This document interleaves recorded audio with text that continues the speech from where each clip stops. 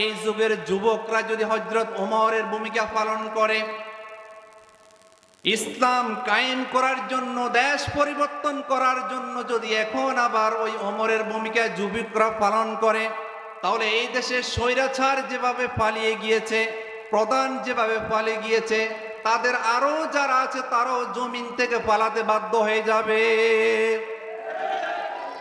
এই জমিনে কোনো জালেমের ঠাঁই হবে না, কোনো স্বৈরাচারের ঠাঁই হবে না, কারণ এটি হচ্ছেন এমন একটি জমিন যে জমিনে শহীদের তাজা রক্ত পতিত হয়েছে।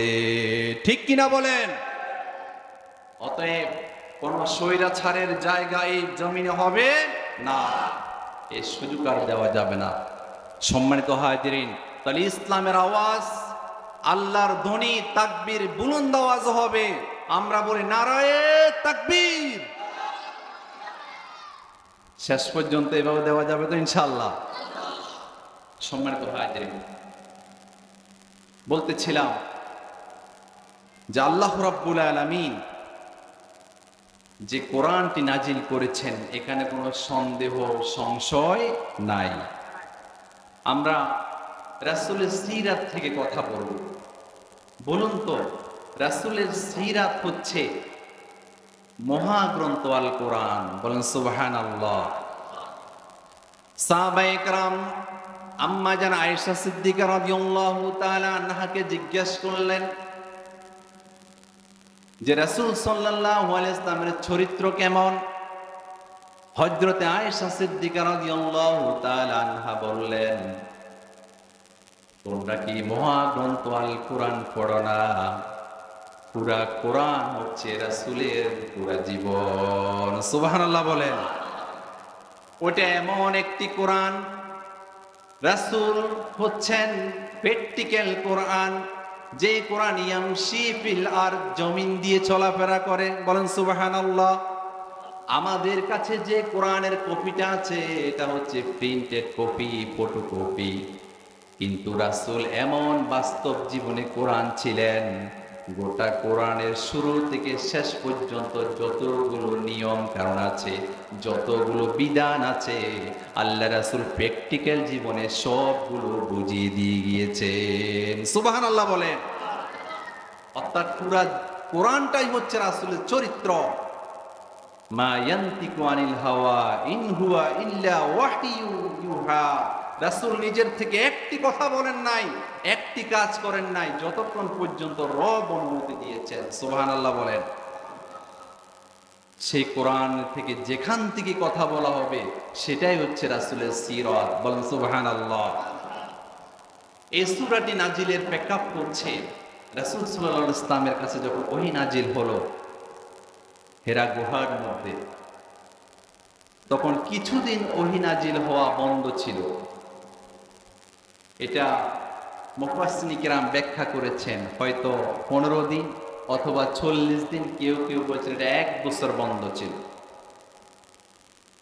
যখন কিছুদিন কোরআন নাজিল হয়েছে আবার বন্ধ হয়ে গিয়েছে, বলুন তো, যে ওহীটির জন্য আল্লাহ রাসূল মাসের পর মাস, দিনের পর দিন, রাতের পর রাত হেরা গুহার মধ্যে নিঃসঙ্গ ছিলেন, ধ্যানে ছিলেন, এত কষ্টের ফসলটি যখন আসলো, কিছুদিন আসার পরে যখন বন্ধ হয়ে গেল, বলুন তো রাসূলের অন্তরে পেরেশানি থাকার সম্ভাবনা আছে না নাই?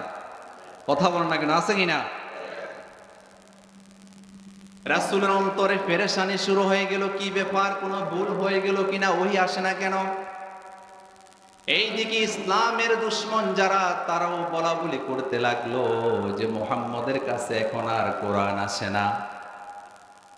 আবু লাহাবের স্ত্রী ছিল উম্মে জামিলা, সে আরো কট্টর ভাষায়, নিকৃষ্ট ভাষায় বলতে লাগলো যে মুহাম্মদের শয়তান মুহাম্মদকে ভুলে গিয়েছে, যার কারণে আর কোনো আয়াত আসে না। বলেন নাউজুবিল্লাহ। রাসূলকে গালি দিয়েছেন, রবকেও গালি দিচ্ছেন, আল্লাহকে বলছেন শয়তান। বলেন নাউজুবিল্লাহ। নাম হচ্ছে উম্মে জামিল, অর্থাৎ সুন্দরের মা, কিন্তু চরিত্র এত নিকৃষ্ট, যেটা রাসূলের সাথে যতগুলো দুশ্মনী করেছে তার প্রত্যেকটি কাজ দ্বারা বোঝা যায় যে এই মহিলাটি সবচাইতে খারাপ চরিত্রের অধিকারী, ঠিক কিনা বলেন? উম্মে সামিল মানে খুব সুন্দর নাম, নাম সুন্দর কিন্তু কাজ খারাপ, এই জাতীয় আছে না নাই? মহিলা মানুষ ইসলামের চিরন্তন দুশ্মন, রাসূলের দুশ্মন। রাসূল যে রাস্তা দিয়ে যেতেন সেখানে কাটা দিতেন, কিভাবে রাসূলের ক্ষতি করা যায় সেই চেষ্টা করতেন। এই জামিন থেকে যে মহিলাটি বিদায় ফালাই চলে গিয়েছে, ওই মহিলাটি ছিল ঠিক আবু লাহাবের স্ত্রীর মতো একই চরিত্রের অধিকারী, ঠিক কিনা বলেন? পালিয়ে গিয়েছে, এমন কোন কাজ করে নাই যেটা দ্বারা ইসলামের উপকার হয়, বরং যত ক্ষতি করা যায় সব কিছু করেছে। এদেশের নিষ্পাপ আলেমদেরকে ফাঁসি দিয়েছে, ঠিক কিনা বলো মুসলমান? এটা কখনো ক্ষমা করা হবে না। এই দেশের মানুষ কড়াই গন্ডা হিসাব নিবে। তোমরা আমাদের প্রিয় আল্লামাকে ফাঁসি দিয়েছ, যার কোনো ন্যূনতম কোনো অপরাধ ছিল না। তোমাদের অপরাধগুলো স্পষ্ট। এই অপরাধগুলোর জন্য একবার নয়, যদি 100 বারও ফাঁসি দেওয়া হয়, তারপরে অপরাধ তোমাদের ক্ষমা হবে না, হবে না, হবে না। তোমরা কি মনে করেছো? মনে করেছো পালিয়ে গিয়েছ এমনি বেঁচে যাবে? এদেশের বিডিআর বিদ্রোহ থেকে শুরু করে 57 জন অফিসার হত্যা থেকে শুরু করে 5 আগস্ট পর্যন্ত যতগুলো হত্যা হয়েছে, গুম হয়েছে, খুন হয়েছে, সবগুলোর কড়াই গন্ডায় হিসাব নেওয়ার দরকার আছে না নাই? এই জাতি কি কখনো ক্ষমা করবে?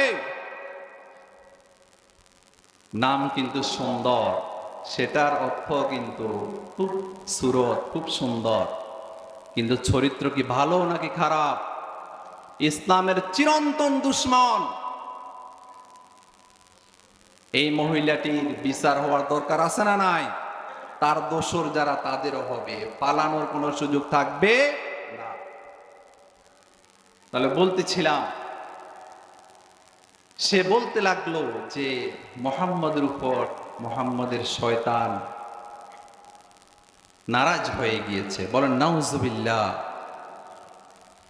রাসূলের অন্তরে এমন পেরেশানি চলে আসলো, একদিকে কাফেরদের বিভিন্ন ধরনের খোঁটা দিয়ে কথা বলা, অন্যদিকে ওহী নাজিল বন্ধ হয়ে যাওয়া। বুখারীর একটি বর্ণনা এসেছে, এমন অবস্থা হয়ে গিয়েছিল মাঝে মাঝে আল্লাহ রাসূল পাহাড়ের উপরে চলে যেতেন, সিদ্ধান্ত নিতেন কি করব, এখান থেকে পড়ে গিয়ে কোনো যাব কিনা, এখান থেকে পড়ে আত্মহত্যা করব কিনা। বুখারীর বর্ণনা এসেছে একবার দুইবার না, আল্লাহ রাসূল একাধিকবার এই কাজ করতে চেয়েছিলেন।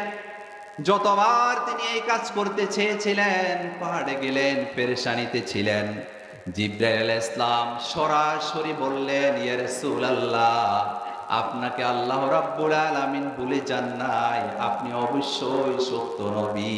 সুবহানাল্লাহ বলেন, আর জোরে বলেন সুবহানাল্লাহ। আপনি অবশ্যই সত্য নবী। এভাবে যখন পেরেশানির মধ্যে ছিলেন, আল্লাহ রাব্বুল আলামিন সব কিছুর পেরেশানি মিটিয়ে দিয়ে রাসূল আকরাম সাল্লাল্লাহু আলাইহি ওয়াসাল্লামের জন্য এই সূরাটি নাজিল করে রাসূলকে একটি আশার বাণী দিয়েছেন। বলেন সুবহানাল্লাহ।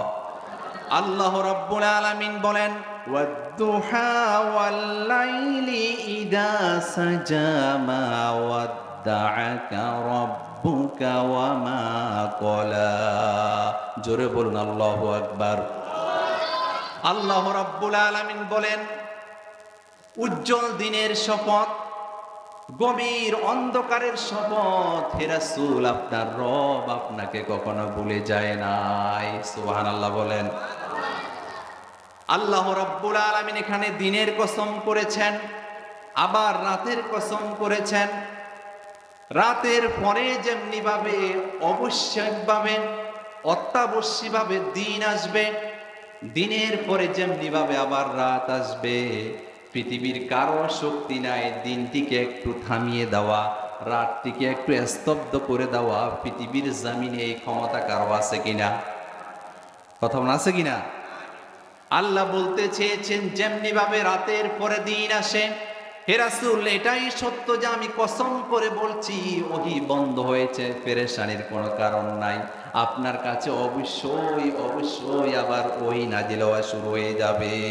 সুবহানাল্লাহ বলেন। অবশ্যই চলে আসবে ওহী, আপনি পেরেশানি কোনো কারণ নাই। আল্লাহ রাব্বুল আলামিন এখানে রাত এবং দিনের কসম করে হলফ করে আল্লাহ রাব্বুল আলামিন বলছেন, কারণ রাত এবং দিন হচ্ছে আল্লাহ রাব্বুল আলামিনের একটি সৃষ্টি, এখানে মানুষের কোনো হাত নাই। আল্লাহ রাব্বুল আলামিন কুরআনুল কারীমে জানিয়ে দিয়েছেন, ওয়া হুয়াল্লাযী খালাকাল লাইলা ওয়ান নাহারা ওয়াশ শামসা ওয়াল কমার কুল্লু ফি ফালাকি ইয়াসবাহুন। আল্লাহু আকবার। আরো জোরে বলুন আল্লাহু আকবার। আল্লাহ রাব্বুল আলামিন বলছেন তিনি হচ্ছেন সেই সত্তা যিনি দিন সৃষ্টি করেছেন, আবার রাত সৃষ্টি করেছেন। ওই দিনের বেলা সূর্য এবং রাতের বেলা চন্দ্র তৈরি করেছেন, আর সবগুলোকে একটি সুনির্দিষ্ট নিয়ম দিয়েছেন। সবগুলো সুনির্দিষ্ট নিয়ম মতে চলে। কুল্লুম ফি ফালাকি ইয়াসবাহুন। আবার সবগুলো আল্লাহ রাব্বুল আলামিনের তাসবিহ পড়ে। সুবহানাল্লাহ বলেন। তাহলে দিন এটা কার সৃষ্টি? আরো জোরে বলুন কার সৃষ্টি? রাত কার সৃষ্টি? এই যে বিশাল পৃথিবী, এই পৃথিবীর যিনি সৃষ্টি করেছেন তিনি কে? আর পৃথিবী থেকে বড় যে গ্রহগুলো আছে সেগুলো সৃষ্টি করেছেন কে? এখানে মানুষের কোনো হাত আছে কিনা? আমরা যে পৃথিবীতে বসবাস করি, পৃথিবীর ব্যাসার্ধ হচ্ছে 51 কোটি বর্গ কিলোমিটার। আর এই পৃথিবী থেকে সূর্য হচ্ছে 15 কোটি বর্গ কিলোমিটার দূরে। আর পৃথিবী এত বিশাল ব্যাসার্ধ হওয়ার পরেও এটি অন্যান্য গ্রহ থেকে অনেক ছোট। আমরা যদি একটু সূর্যের ব্যাসার্ধটা জানতে চাই, পৃথিবীর চাইতে 109 গুণ বড় হচ্ছে সূর্য। বলেন সুবহানাল্লাহ। সূর্য থেকে বড় গ্রহ নক্ষত্র আছে না নাই? এই সবগুলো সৃষ্টি করেছেন কে? ওই আল্লাহ রাব্বুল আলামিন দিন এবং রাতের কসম করে বলছেন, চন্দ্র সূর্যর কসম করে বলছেন, এই জন্য যে এগুলো যেভাবে একটি সুনির্দিষ্ট নিয়মের মধ্যে চলে। আল্লাহ রাব্বুল আলামিন যে ওহী নাজিল করেছেন, ধারাবাহিকতা শুরু করে দিয়েছেন, এটা অবশ্যই নিয়ম অনুযায়ী আপনি রাসূলের কাছে অবশ্যই আসবে। সুবহানাল্লাহ বলেন। আল্লাহ রাব্বুল আলামিন বলছেন, মা ওয়াদ্দাআকা রাব্বুকা ওয়া মা ক্বালা। হে রাসূল, আপনার রব আপনাকে কখনো ভুলে যান নাই। আপনার রব আপনাকে ভুলে যান নাই, অতএব আপনার সাথে আপনার রব অবশ্যই আছেন। বলেন সুবহানাল্লাহ। তাহলে রাসূলের সাথে কে আছেন? কথা বলেন, কে আছেন? ঈমানদারদের সাথে কে আছেন? আল্লাহ রাব্বুল আলামিন যদি কারো সাথে থাকে, তার কি কোনো চিন্তা আছে? আল্লাহ রাব্বুল আলামিন বলেন, হে রাসূল, আপনার রব আপনাকে কিভাবে ভুলবে? একটি মিশন এবং ভিশন নিয়ে আপনাকে পৃথিবীতে পাঠিয়েছি। সেই মিশন এবং ভিশন যতদিন বাস্তবায়িত হবে না, ওহী নাজিলও ততদিন বন্ধ হবে। রব্বুল আলামিন বলছেন, কামা আরসালনা ফীকুম রাসূলাম মিনকুম ইয়াতলু আলাইকুম আয়াতিনা ওয়া ইউযাক্কিকুম ওয়া ইউআল্লিমুকুমুল কিতাবা ওয়াল হিকমা ওয়া ইউআল্লিমুকুম মা লাম তাকুনু তা'লামুন। কার আয়াত? জোরে বলুন, কার আয়াত? আল্লাহ রাব্বুল আলামিন বলছেন, হে রাসূল, কিভাবে আপনার উপর আমি রাগ করব, আপনাকে কিভাবে বলবো? শুনুন, আপনাকে কি মিশন নিয়ে পাঠিয়েছি। আপনার কাছে যে কোরআন আমি নাজিল করেছি, আপনার কাজ হচ্ছে এই কোরআনটি তেলাওয়াত করে মানুষকে শোনাবেন। বলেন সুবহানাল্লাহ। এই কোরআন, যে কোরআনটি তেলাওয়াত করে শোনানোর জন্য এই পৃথিবীতে পাঠিয়েছেন, সেই কোরআন আমাদের কাছে এখনো আছে কিনা? কথা আছে কিনা? কিন্তু কোরআন তেলাওয়াতকারীর সংখ্যা বেশি নাকি কম? কথা বলেন, বেশি নাকি কম? অনেক কম। কোরআন তেলাওয়াত করতে চায় না। মানুষের জীবন বিধান হবে একটি, সেটা কোরআন থেকে বেছে নিতে হবে। ঠিক কিনা বলেন? রব্বুল আলামিন বলছেন, ইন্নাদ-দীনা ইনদাল্লাহিল ইসলাম। আল্লাহর কাছে মনোনীত জীবন বিধান হচ্ছে একটি, সেটার নাম হচ্ছে ইসলাম। বলেন সুবহানাল্লাহ। ইসলাম ছাড়া অন্য কিছু মানি না বাইরে, ইসলাম ছাড়া অন্য কিছু মানি না। ঠিক কিনা বলেন? ইসলামের বাইরে কোনো কিছু মানা যাবে না। এই পৃথিবীতে যতগুলো মতবাদ আছে, এই মতবাদগুলো মানুষ তৈরি করেছে। এখানে যদি সমাজতন্ত্র মতবাদ বলেন, পুঁজিবাদী মতবাদ বলেন, ধর্মনিরপেক্ষ মতবাদ বলেন, জাতীয়তাবাদী মতবাদ বলেন, এই মতবাদগুলো কি আল্লাহ তৈরি করেছেন নাকি মানুষ তৈরি করেছেন? আল্লাহ তৈরি করেছেন, দুনিয়ার মানুষ তৈরি করেছেন। কিন্তু আল্লাহ রাব্বুল আলামিন যে মতবাদ এই পৃথিবীতে মনোনীত করেছেন, সেটা দুনিয়ার কোনো মানুষ তৈরি করে নাই। সেই মতবাদ তৈরি করেছেন কে? আর জোরে বলুন কে? অতএব মতবাদ যদি মানতে হয়, একটি মতবাদে মানতে হবে, যেটা কোরআনে আছে, হাদিস আছে। এর বাইরে একজন মুসলমান কখনো অন্য কোনো মতবাদে ডাইভার্ট হতে পারে। যদি অন্য কোনো মতবাদ ইসলামকে বাদ দিয়ে কেউ যদি গ্রহণ করে, আল্লাহ বলছে সেটা আমি আল্লাহর কাছে কখনো গ্রহণযোগ্য হবে না। এখন যদি ইসলাম যদি না থাকে, অন্য কোনো মতবাদ দিয়ে যদি আপনি আপনার জীবন পরিচালনা করতে চান, আপনার পারিবারিক জীবন, ব্যক্তিগত জীবন, সামাজিক জীবন, রাষ্ট্রীয় জীবন যদি কোরআনের বাদ দিয়ে, যদি ভিন্ন মতবাদ দিয়ে যদি আপনি চালান, তাহলে সেখানে ইসলাম না থাকার সম্ভাবনা আছে না নাই? কথা মনে আছে কিনা? আর যেখানে ইসলাম নাই, সেখানে শান্তি পাওয়ার কোনো সুযোগ নাই। ঠিক কিনা বলেন? এই পৃথিবীতে আল্লাহ রাব্বুল আলামিন যে গ্রন্থটি মানুষের হেদায়েতের জন্য পাঠিয়েছেন, আল্লাহ বলছেন যালিকাল কিতাব, এটি এমন একটি কিতাব, লা রাইবা ফীহি, যেখানে কোনো সন্দেহ নাই, সংশয় নাই। মানুষ তার ব্যক্তিগত জীবন থেকে রাষ্ট্রীয় জীবন, আন্তর্জাতিক জীবন পর্যন্ত কিভাবে পরিচালনা করবে, সবগুলো এই কোরআনে আছে না নাই? কথা বলা আছে কিনা? তো এই কোরআনে যদি সব কিছু থাকে, কোরআনটা তো মুসলমানের জন্য। ঠিক কিনা বলেন? সব মানুষের জন্য, কিন্তু স্পেশালি ভাবে মুসলমানদের জন্য। এখন মুসলমানরা যদি কোরআনের উপর বিশ্বাস থাকে, যে কোরআনের আইনগুলো, বিধানগুলো, মতবাদগুলো মানলে অন্য কারো কাছ থেকে কোনো কিছু ধার করা লাগে না।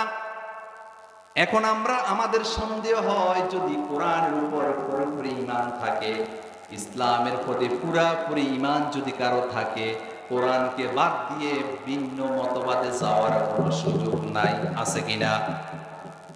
যদি যায়, বুঝতে হবে আসলে সেও মূলত কোরআন হাদিসের দুশমন। ঠিক কিনা? কোরআন এবং হাদিস বাদ দিয়ে নতুন মতবাদ খোঁজার কোনো সুযোগ নাই। রাসূল বলেছেন, আল্লাহ বলছেন, হে রাসূল, আমি আপনার সাথেই আছি। আল্লাহ যদি কারো সাথে থাকে, তার কোনো চিন্তা নাই। আমাদের দেশে আমরা যদি চিন্তা করি, আমাদের সাথে যদি কোনো চেয়ারম্যান মেম্বার থাকে, তার পাওয়ার কম নাকি বেশি? অনেক বেশি না? মেম্বারের সাথে ছবি একটা উঠাই বলে যে আমার সাথে অমুক মেম্বার আছে। ঠিক কিনা বলেন? চেয়ারম্যানের সাথে ছবি উঠাইয়া বলে যে আমার সাথে চেয়ারম্যান সাহেব আছে, অতএব কিছু করে খবর আছে, এই জাতীয় পাওয়ার দেখায় লোক আছে না নাই? আবার দেখবেন যদি এমপির সাথে ছবি উঠায় তাহলে তার পাওয়ার আরো উপরে চলে যায়। আর প্রধানমন্ত্রীর সাথে যদি ছবি তুলতে পারে তাহলে তো তার ক্ষমতার কোনো শেষ নাই, ঠিক কিনা বলেন? এই দেশে ছবি দিয়া অমুকের সাথে অমুক আছে, এই ছবি দিয়া দিয়া দুর্নীতির পাহাড় করেছে, এই জাতীয় কিছু ডাকাইত আছে না নাই? বুঝাইতেছে জাতিকে আমার সাথে অমুক আছে তমুক আছে, আর এখান দিয়ে ছবিগুলা দিয়ে ফটো সেশন দিয়ে দেশের টাকা বিদেশে পাচার করেছে, ঠিক কিনা বলেন?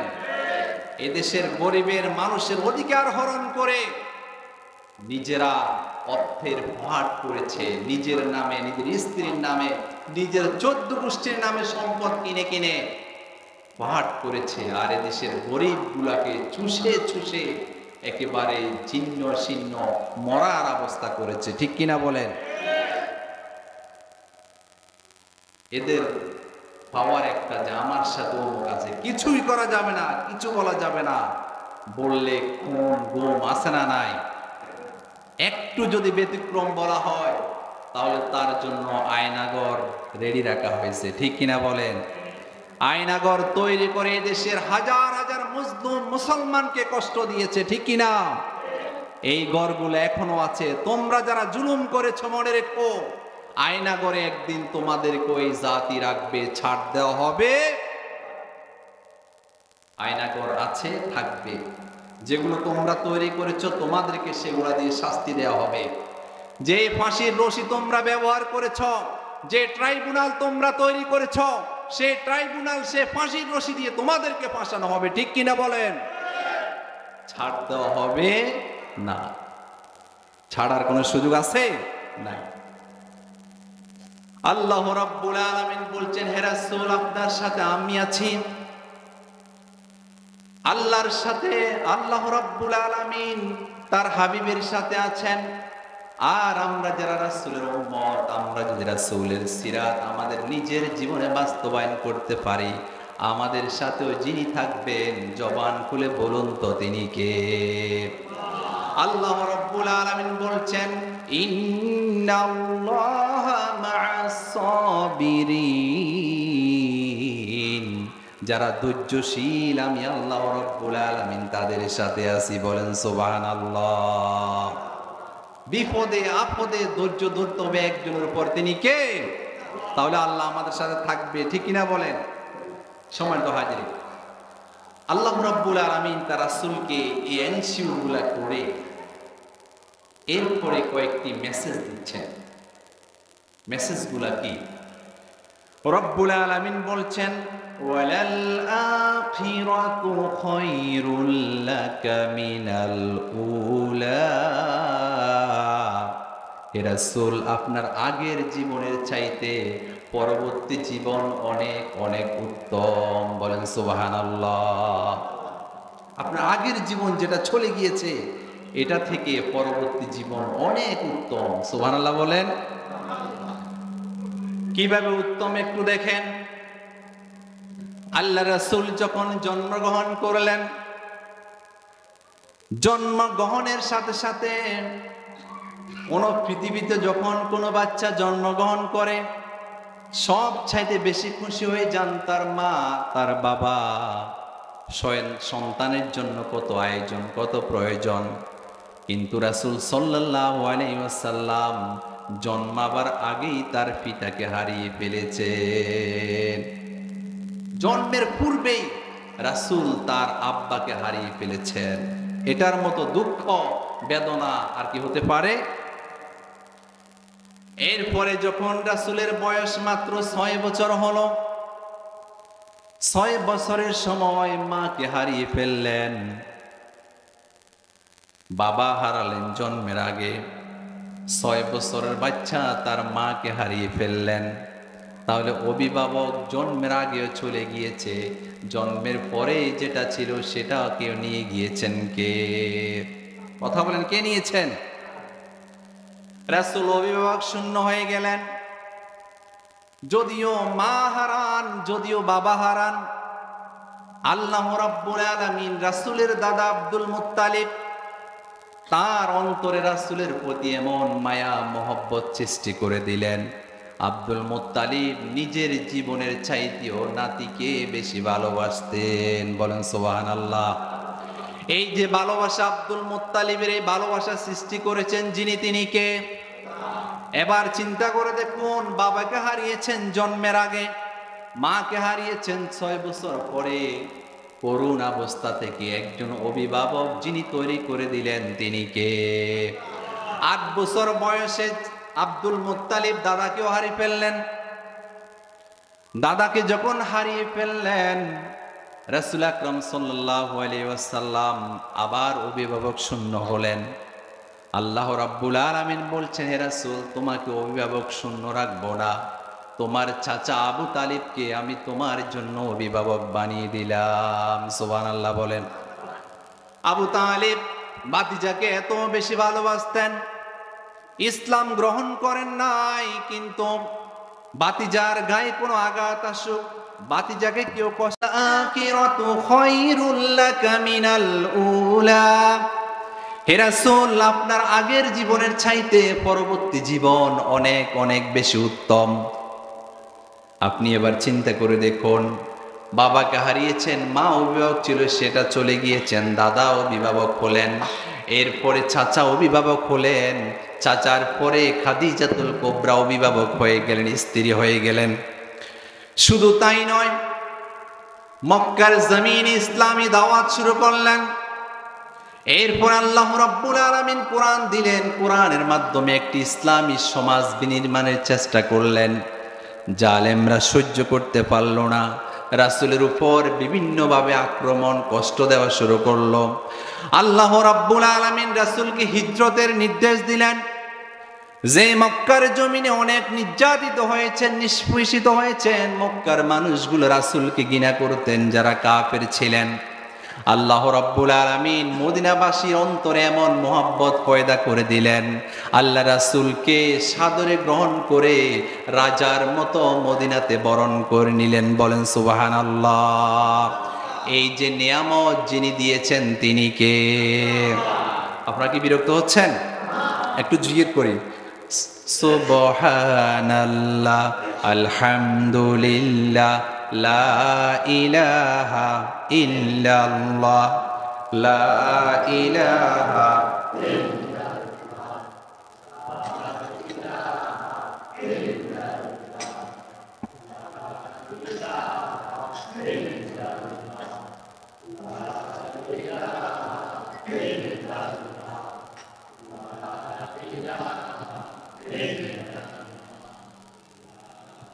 আলহামদুলিল্লাহ। আমি চা খাইলাম, আপনাদের মনে কষ্ট গেছে কিনা? সবার জন্য তো খাওয়ানো সম্ভব না, নাকি? বলতেছিলাম, রাসূলের পরবর্তী জীবন কেমন উত্তম দেখেন।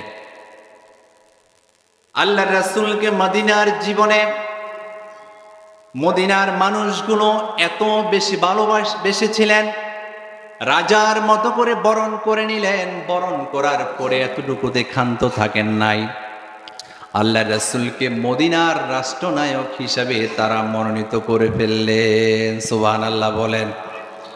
রব্বুল আলামিন বলেছেন, ওয়ালাল আখিরাতু খায়রুল লাকা মিনাল উলা, হে রাসূল, আপনার আগের জীবনের চাইতে পরবর্তী জীবন অনেক উত্তম। এটা তো শুধুমাত্র দুনিয়ার জীবনের নিয়ামত, আখিরাতের জীবনে আল্লাহর রাসূলের জন্য আরো নিয়ামত আছে না নাই?